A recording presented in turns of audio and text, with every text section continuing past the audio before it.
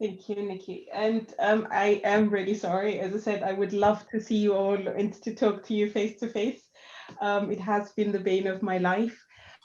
So Nikki asked me to do this short notice. So please do not criticize my slideware, for it has emerged this morning, and it's also not going to be masses of slides.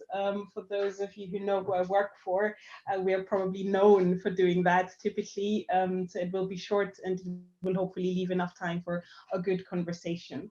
Now, the topic I want to talk to you about, and you'll see in a second, but obviously if I look at you as a really diverse crowd, you already sort of showcase why it matters.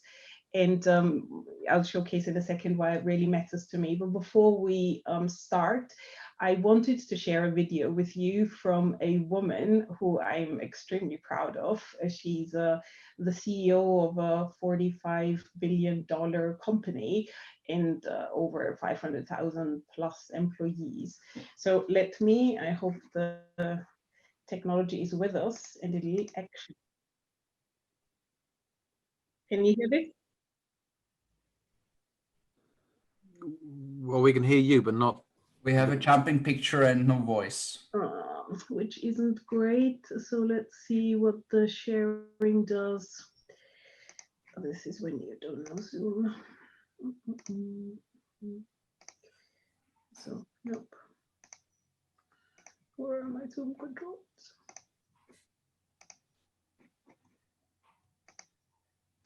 I don't ever let the technology consultant do anything. So,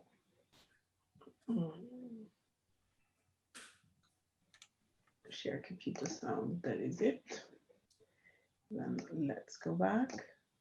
In 1889. Can you hear that? Yes, in 1889. Oh, okay. A skeleton was discovered in Birka, Sweden. It was buried in a grave that was a treasure trove of military paraphernalia.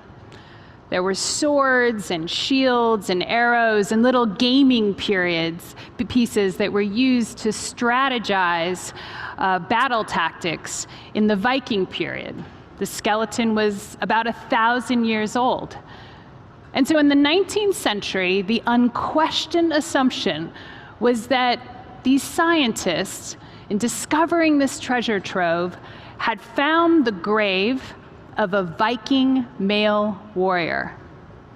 Now, this assumption was unquestioned, despite the fact that at the time there were legends that had been handed down for generations of Viking female warriors called shield maidens. But these legends were sort of dismissed as kind of the fiction of the time, great for fireside chats, but not real.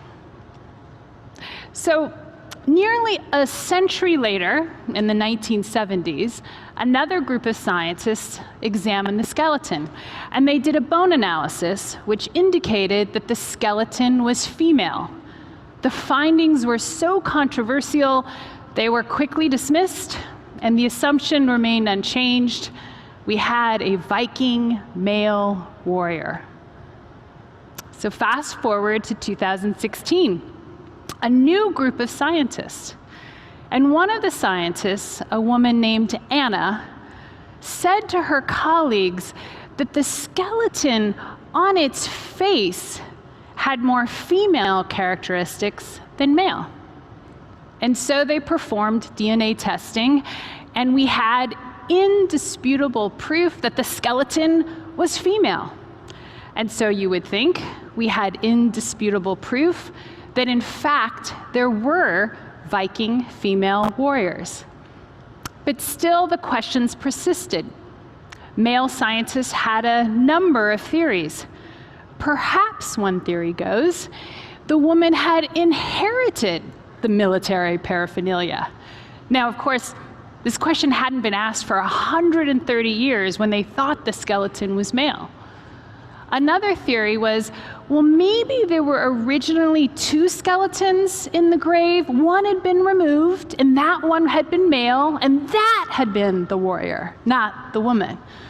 Now again, there'd been no sign of a second skeleton or something being removed, and the question hadn't been asked for 130 years. One of my favorite theories, and I quote, was, "Perhaps this is how she lived in death, but not how she lived in life." So here's the point. In the case of the Viking skeleton, for 130 years, historians and scientists alike ignored the evidence hiding in plain sight. Remember, the skeleton looked more female than male. Then they ignored the data, and they let assumptions and bias cloud their judgment, and denied the world the opportunities and insights that may come from understanding that the shield maiden legends were in fact true. So this is, if you didn't know, Julie Sweet, who's the CEO of Accenture, the company I work for. Obviously I am very proud, given that we are one of the few companies who have a female CEO. And as I said, it's a topic that's dear to my heart. And diversity is not just a question of gender. This particular story is a gender story. And if anybody, has anybody read or heard of that story before? Has anybody read Invisible Women? Now, there's a book that I can highly recommend for anybody who loves data as much as I do. There's a book that describes a little bit how women are overlooked in the data, whether that's because crash test dummies are built on male physique, and that means women are more likely when they crash to be hurt more severely because they sit more forward, because cars are built on, again, a physique, whether that's that mobile phones are made for the hands of male sort of male palms rather than sort of female palms, which would sort of prefer the smaller sizes or would fit the smaller sizes, whether the temperature in a room is set, generally in offices, is set too cool for women because it's always been set for men. But all these things is very interesting, and she has really interesting data points there. But again, this is not about sort of just going on, oh, that's also unfair, but it's just giving some data points that we may or may not be aware of, where we do not think diversely. And you are a diverse crowd already, which is brilliant. And for me, it is about saying, where do we go from here? Where do we take information that we get, like, for example, this shield maiden story, which I mean is unbelievable. Somebody tells you it's female, it looks female, and you for 130 years can simply not believe it. And when you finally get proof, you still have to sort of fight. That is not just the fight of females, that is the fight of anybody who is diverse. So what I wanted to do a little bit today is share my story and my diversity, and then encourage you to share your diverse stories, to make this a space where we can talk about the difference and how that difference actually is what makes us interesting, and I think what makes the world run better. So let me share a little bit about me, so at least you get to see a picture of me if you don't get to see me. As you can see from this picture here, I am Black, question mark.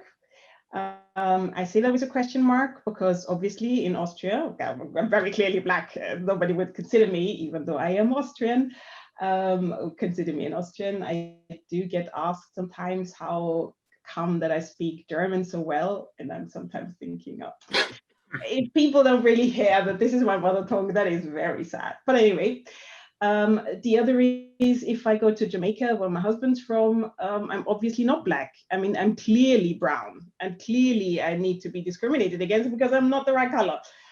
So wherever you go, you stick out like a sore thumb. I've put the 5% here. So I've recently made it to managing director at Accenture. Brilliant milestone, very happy, excellent. And then I read a press release where Accenture talks about all the people that they've promoted this year, 605 in total, brilliant. And then come the statistics. And as of a statistic, I am 5% of female Black people who's made it to the top of the organization. And again, it's one to question yourself. When I saw that statistics, I thought, obviously great, we're promoting the right kind of talent. Obviously, when you promote me, you promote the right kind of thing. But also, do you really feel comfortable being the 5%? Does that make you feel like you're actually picked upon, and maybe that's the reason why you're part of the 5%, because you make the cut, you look the part, you are female, you are Black. So it's thinking about what's the impact of what we communicate on others. When we say we are a diverse crowd, do we actually need to be mindful of what we call diversity and how we call diversity out? Not that they shouldn't do it, but it made me think. And I want to give this to you to say, well, okay, is this maybe something to think about? And then I've put the Paralympic logo there. So my husband's a para-athlete, and I'm obviously really proud of him, of what he's achieved. But he's also shown me what ability or disability actually means. What does it mean when you actually struggle every single day? So my husband has one arm. People say, fill in this form. Yeah, it's not great when you really can't hold down the form. And when nobody thinks about that, nobody offers you to, can I hold this? It's just, we assume that everybody can do everything that we can do. And often those assumptions are not correct. And my husband, you can see it nicely. In other people, you can't. I had a co-worker who was brilliant, a brilliant mind, very humorous, very satirical, great. He had cerebral palsy. So he wouldn't be able to open a door. He wouldn't be able to take notes. That didn't change anything about his brilliant mind. But it really is then to say, so how can we make this relationship work? And I had a very frank discussion with him on the first day to say, listen, I can see you have a disability. Tell me, what is it that you need? And what is it that you want to do? And the first thing he said to me is, I've never been asked this before. I mean, you're on my team. Obviously, I want to know how you can contribute to the team the same as everybody else. I can see you've got a brilliant mind. But the fact that I am in his career the first person that asks him on the first day, what do you need, is actually quite sad. And this is not that, oh, I'm so great, but it really is, how do we try to open up our minds to perceive the things that might not be easily visible. Again, I've talked about disabilities in this case that are easily visible. Great. There are many that aren't. So for me, what I want this conversation to be about is about what is the different, and how do we make sure that we harness the different and not see it as different. And I've done a little bit of if anybody, so we had 2 people from London, so you will know Mock the Week. I've stolen an idea from Mock the Week that is now called Mock the Diversity Statistics. Mock the Week is a comedy program in the UK, and it talks about the events that have happened in the week. And one element or one type of game they play is called If This Is the Answer, What is the Question? And I'd like us to play If This Is the Answer, What is the Question? I've got 5 answers. And if anyone wants to pick or choose a number and have a guess at what that means. So we've got 1 in 4, we've got David, we've got $25 billion US, we've got 80%, and we've got 20%. Anybody wants to hazard a guess? So those of you from London, I would expect that at least you get the 1 in 4, because it's probably one of the most quoted statistics when it comes to a certain form of health. Not putting you on the spot there at all. Is it 1 in 4 people have a disability? Close. It's 1 in 4 people will be impacted by mental health. Okay. And I think so it's a statistic that the NHS, so the National Health Service in the UK, have come up with, and it says that the way they've measured it, it really is sort of how many people actually go into psychiatric care with a mental health problem. And what in the recent, I think it's 10 years old, roughly, and what in recent years has actually come out is that it's actually everyone. in one part of their lives, everybody will be impacted by a mental health condition, whether it's depression, anxiety, burnout, or whether that's something obviously more serious that impacts them, their lives, and us and our lives. And it's a statistic I love because it really says, you are next. I am next. It is something that is not like, okay, somebody else and will be impacted. I mean, I remember when I had my first burnout, if you so will, it was really bad. I fell asleep at my laptop. I could not write another email, and I love my laptop and I love my work, but I was not able for about 4 months to either get out of bed or do anything, like anything at all. And again, you don't know me, but I'm generally a very active person, and the day can't be long enough for me. And it came as a shock. I have no idea how to deal with it because we're not equipped. Nobody tells you that it will hit you, full stop. It's not somebody else, and it will hit you. And how do you equip yourself? And one is, how do you equip yourself? The other is, how do you spot it in others? And how do you make sure that it's not the, you know what, just, you know, get up and go and just motivate yourself a bit and it's all good and it's all goes. I would have said that before it hit me. That would have been my, come on, motivate yourself. But it's not about that. Anybody else want to hazard another statistic or guess?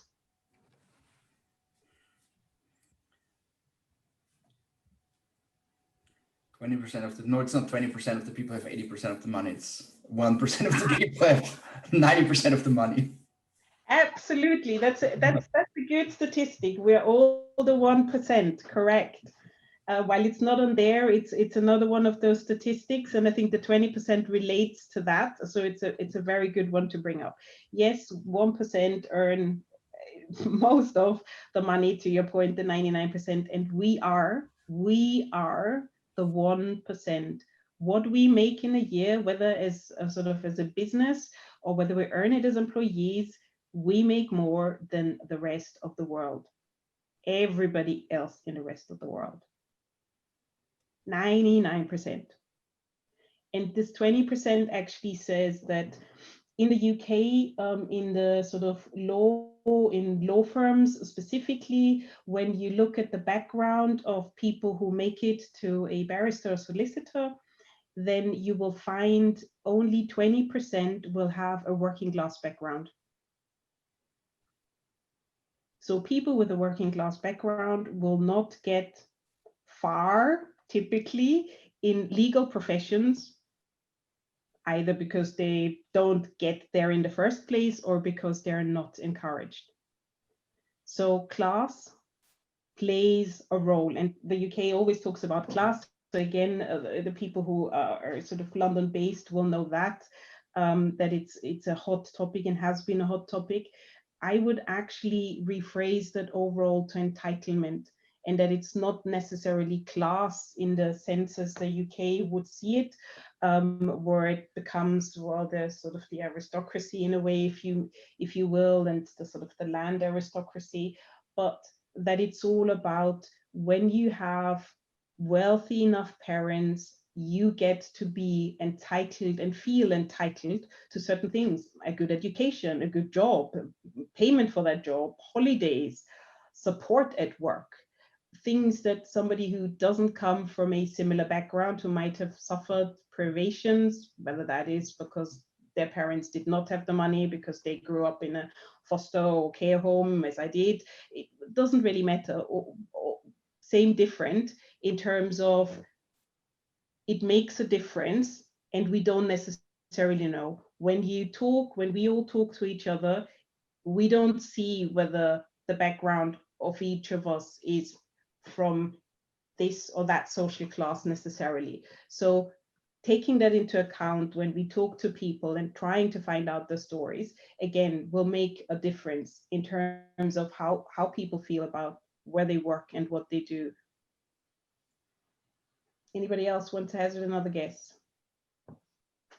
A very long shot guess. 80% of the maybe top 500 companies are run by white males or something around that.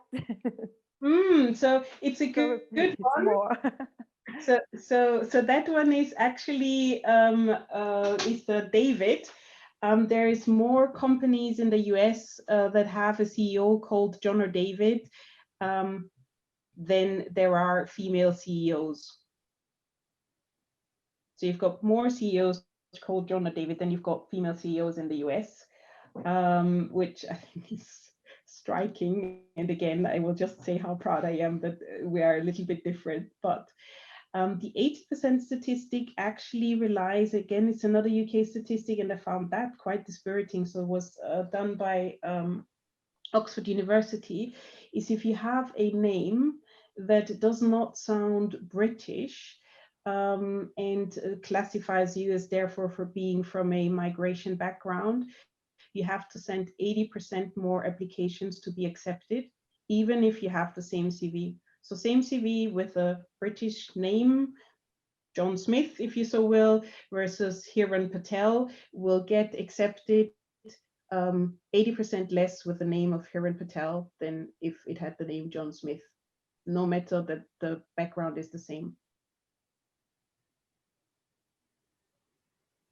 And who wants to hazard a guess on the last one, the 25 billion US dollars? Military spend. Sorry? Military expenses. Okay. Actually, it's one to do with disability. And that says if in the US they would hire 1% of the population that identified as having a disability, they estimate the GDP would increase by 25 billion US dollars. And I guess military spend is more than 25 billion. Yeah, that depends on what and do you do it annually, weekly, monthly, per second, Yes. but probably Per hour. Exactly. $25 billion is the last 2 aircraft carriers which the UK had built.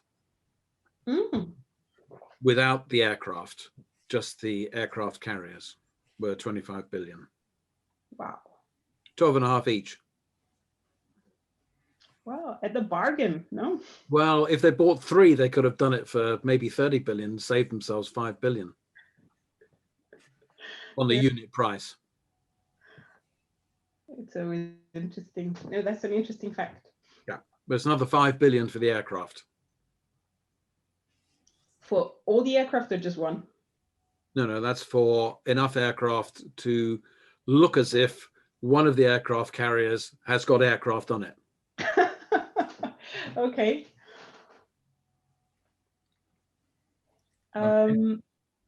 So. And $1 billion was the cost of getting the 8 Sikorsky helicopters, which were supplied by Boeing, to be able, another $1 billion was spent on them in order to enable them to fly in bad weather. Wow. Because the Sikorskys were purchased without the added navigation systems to enable them to fly in bad weather, because it was felt that you wouldn't fly helicopters in really shitty weather. On the other hand, the argument which was put forward by the UK military is if you take off in good weather, the weather might go shitty and then you're fucked. As a result of which they had to retrofit at a cost of $1 billion to enable them to fly in bad weather. We're slightly drifting away from diversity statistics, yeah. I think that's quite diverse. And I think that the other point that you're making is a very good point, and that's what I sort of hope to really go to next. This is really of, you're bringing in a very different idea, very tangential, and that is actually, it either springs something to mind, so it's tangential, why would I listen? And okay, well, that's actually interesting to understand. Military spend is interesting to, what are they thinking about? What are they not thinking about? Is that an interesting fact that I'm going to use in my next small talk? to any one of my friends to say, oh, I know a bit about the UK military now. So it's diversity of thought is the most difficult diversity to accept. If somebody has a different opinion than yours, if they believe in something different than you do, it's often quite hard to involve them in the conversation and not to make it a confrontational conversation that says, I am in this box, you're in that box, and I don't like your box, and I don't know, move away or move on, or let's be a little bit confrontational, but then I will go to mine and you go to yours. This openness to accept other thought is what I wanted to really, as I said, talk a little bit about, to see how you are faring. How are you creating diverse teams around you? How are you, when you think about sort of, it had a couple of entrepreneurs, when you think about your product, when you think about your service, how are you putting the difference into what you are creating to make sure that not that it caters for everybody, but that it actually is thought through for who it caters for, and that it isn't intentionally biased, as we would say for any algorithms. The wonderful situation, and you will know that I had that with my husband from until maybe 2019 or so, when I would take a picture with him. It was great that the facial recognition would recognize my face, but it would never recognize his face because he was simply too dark. That the lighting conditions would always correct for me, but it wouldn't correct for him. He would just be always a black sheet, even if I just photographed him by himself. Not irrespective of whether it's iPhone or Android, makes no difference. It's those sort of simple things where you can see that people may not necessarily have thought about the biases they introduce by the data they are using. And it's just, again, another of those examples that showcase how important it is to think different or let different thoughts into your minds. And with that, I'll stop and I'll let you share some of your experiences of being different or inviting different thought.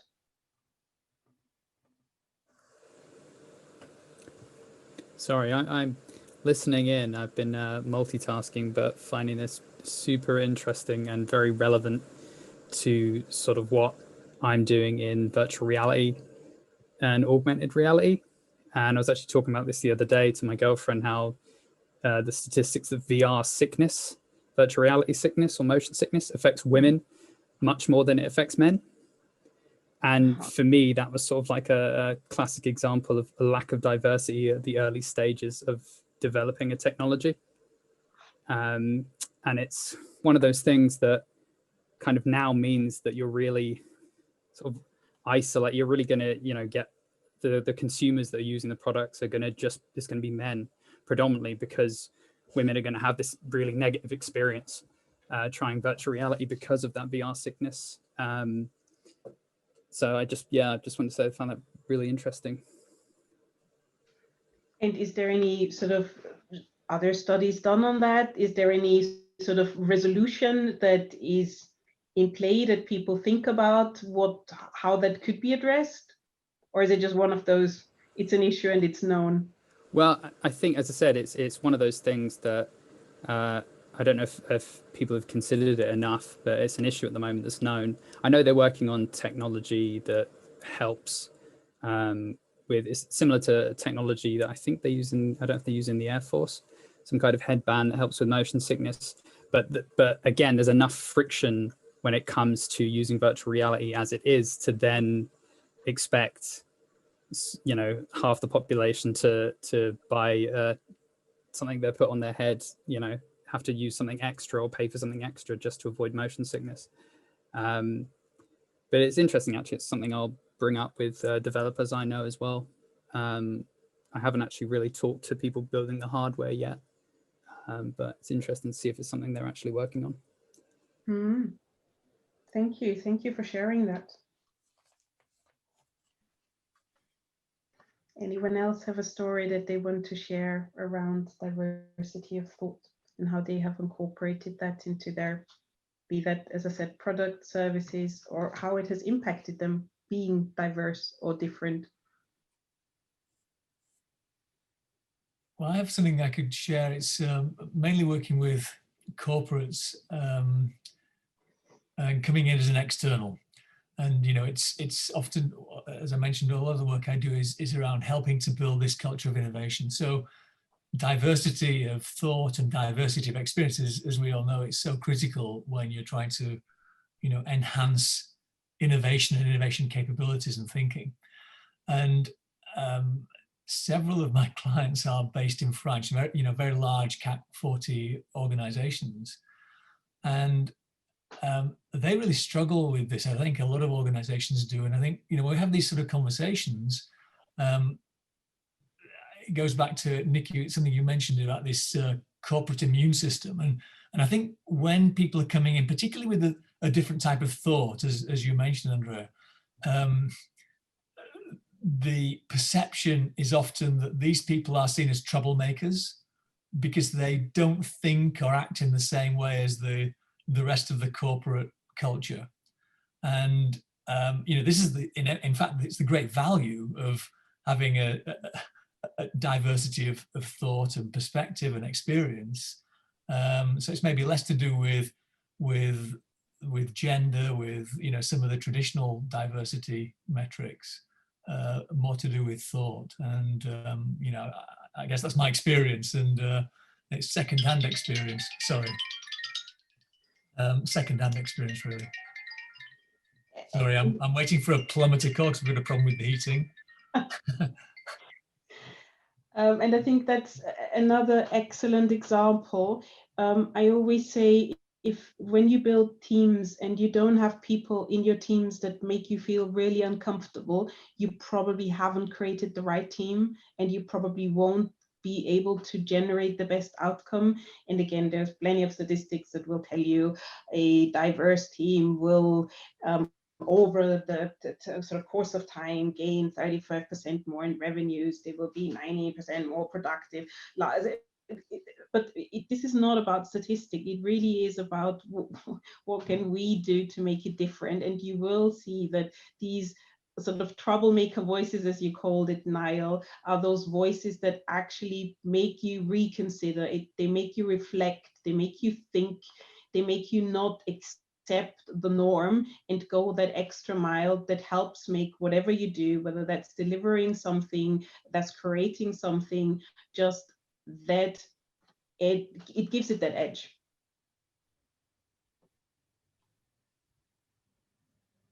Anyone else have to share an idea about, as I said, being different, using diversity? I maybe have a controversial comment or question. Mm-hmm. Basically, at sometime this year, like at the beginning of the year, I started helping my friend to sell her jewelry. So she was making leather bracelets from repurposed leather. So it's basically just leftovers that are about to be thrown out. So it's kind of, reusing and giving it second life. And I get that it's leather, right? It is leather, so it is still related to killing animals and having something of that. And we ran a very small test in the US promoting these bracelets. And the only comment that we got on our ad was around, obviously like horrible humans wearing animals and stuff like that. But also the same person has came back to comment asking, and I'm yet to see Black models on your promotions and in your campaigns. And, first of all, in Lithuania, it would be really like a difficult thing for me to find, models that are diverse in their skin color, in their appearance and everything. But where is the line between where it's too much and where it's just, we're all human?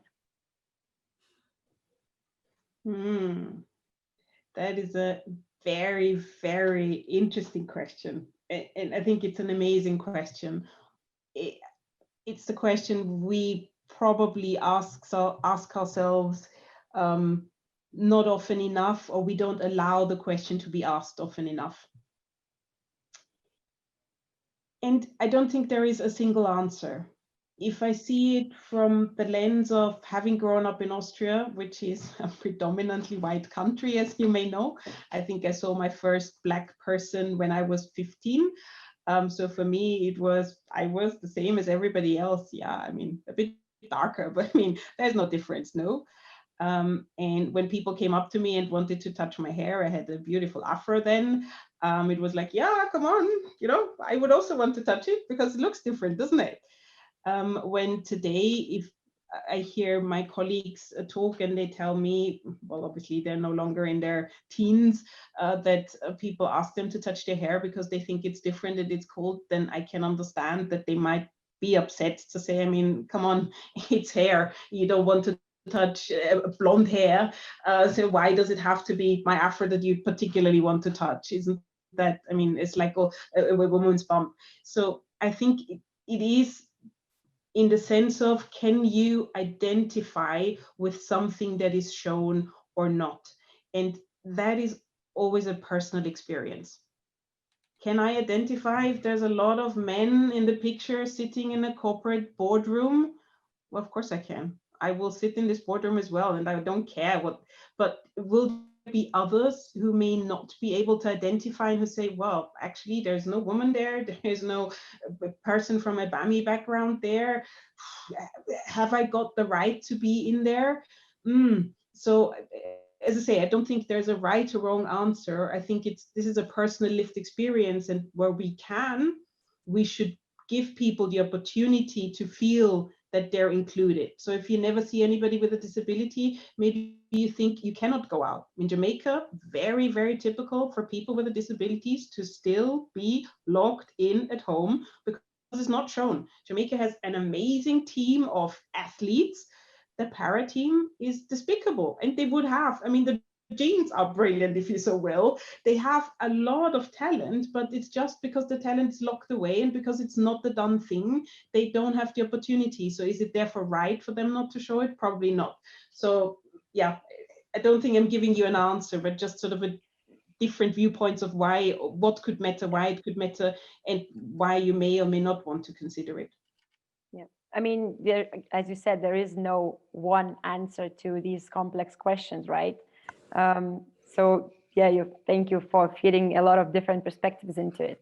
I was going to, sorry, jump in on there if you don't mind. Is that okay? We've got time? Yes, we do. Yeah. So yeah, I was just thinking, because I was thinking about it a lot myself, this point, and it maybe sort of brought me back to a point you were talking about earlier, reminding me of the idea that people sort of take in information that supports their pre-existing narrative much easier than things that counter that pre-existing narrative, that go against it. And I think with that in mind as well, and talking about like employing, and you said about like, you know, it would be much easier for you to find sort of a white model, for example, but it's kind of, it's going to be a struggle. It's kind of, I think about it in the sense now that I love that I'm seeing more on the news, people with disabilities and people who are like missing limbs, because sure, it would have been easier probably for them to hire someone who wasn't, but the fact that that's happening now means that, you know, that's people who are watching becoming desensitized to it, and to the point where eventually it's no longer going to be a thing, that people look at someone and kind of, and I think it's the same with different race, different culture, where, you know, when I was younger, and it's a personal story from when I was younger, don't laugh at me, but when I was younger, I live in basically for a little bit of background, I live in a village, middle-class village kid in England, predominantly white. Pretty much everyone in the village is white. And the news at the time when I was younger, there was a lot of violence in Africa. It was, I think, police brutality I was seeing, very violent images on the news. And at the time, my babysitter brought her friend round who was black. Probably the first black person I've seen. since I'd seen that on TV, I ran screaming, hid under my parents' bed, and they were so embarrassed. And her friend tried to come and sort of check if I was okay, and it just made me more upset, and I kept screaming and hiding. And just like the thinking about that, and especially looking at issues of like sort of extreme racism, and thinking about that, and then thinking what would happen if I, you know, my parents hadn't been who they were, hadn't educated me the way they did after that, who would I have grown up to be? Or if I hadn't been introduced to more diverse culture. So I feel like it's not necessarily, it's not the easy path, maybe it's never going to be the easy path to sort of be more diverse in your teams. But again, it's not easy, but it kind of has to be done.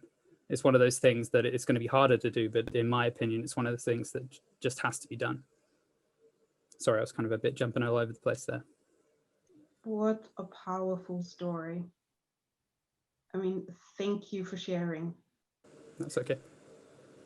It's an amazing story, and it really talks about the perception that you get and how important perception still is in our lives, and why we're coming back to, if you see these things, social bubbles, right? If you read in the news what you read and you believe what you see because everybody else is posting it or sharing it, then you might actually believe that there is these, whether you say black people out to get you, or these viruses that are really non-existent, or these vaccines that are going to give you some, I don't know, microchips. All of this, how that influences, I think, yeah, powerful story. Sorry, but I thought I heard somebody else speak, and I didn't want to interrupt you, really. That's right. Yes, Andrea, you live in, sorry. you hear me? Yes, Suresh, we can hear you. Okay.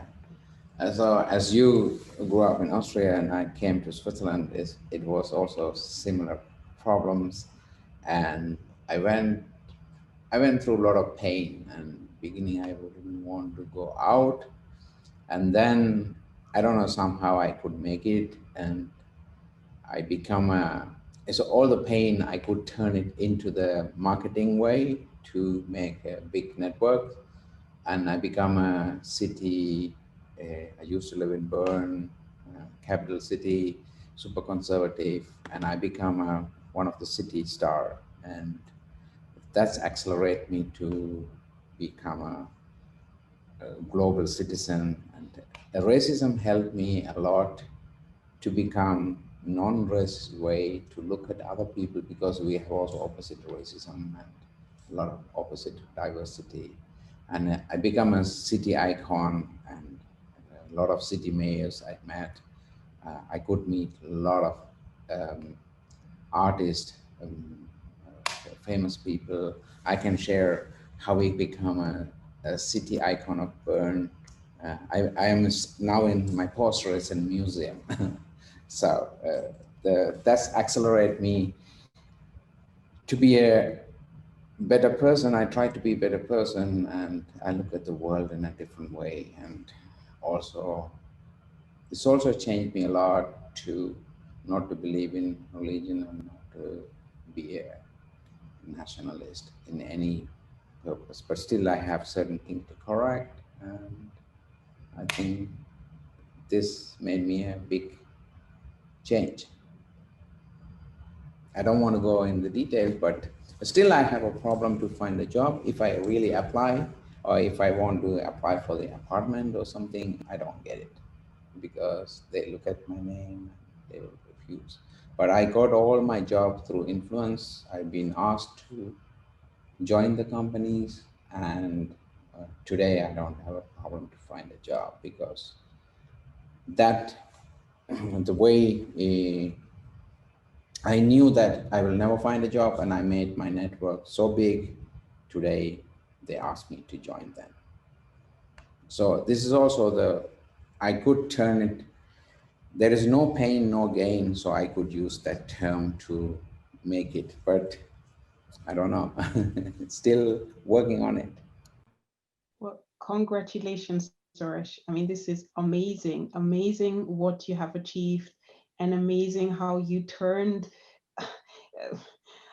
unfriendliness, to say the least, or racism that was sort of directed against you into a powerful force to actually say, I will rise above you, and I will rise, and I will shine, and I will not let you or anyone sort of be standing in my light. I mean, wow.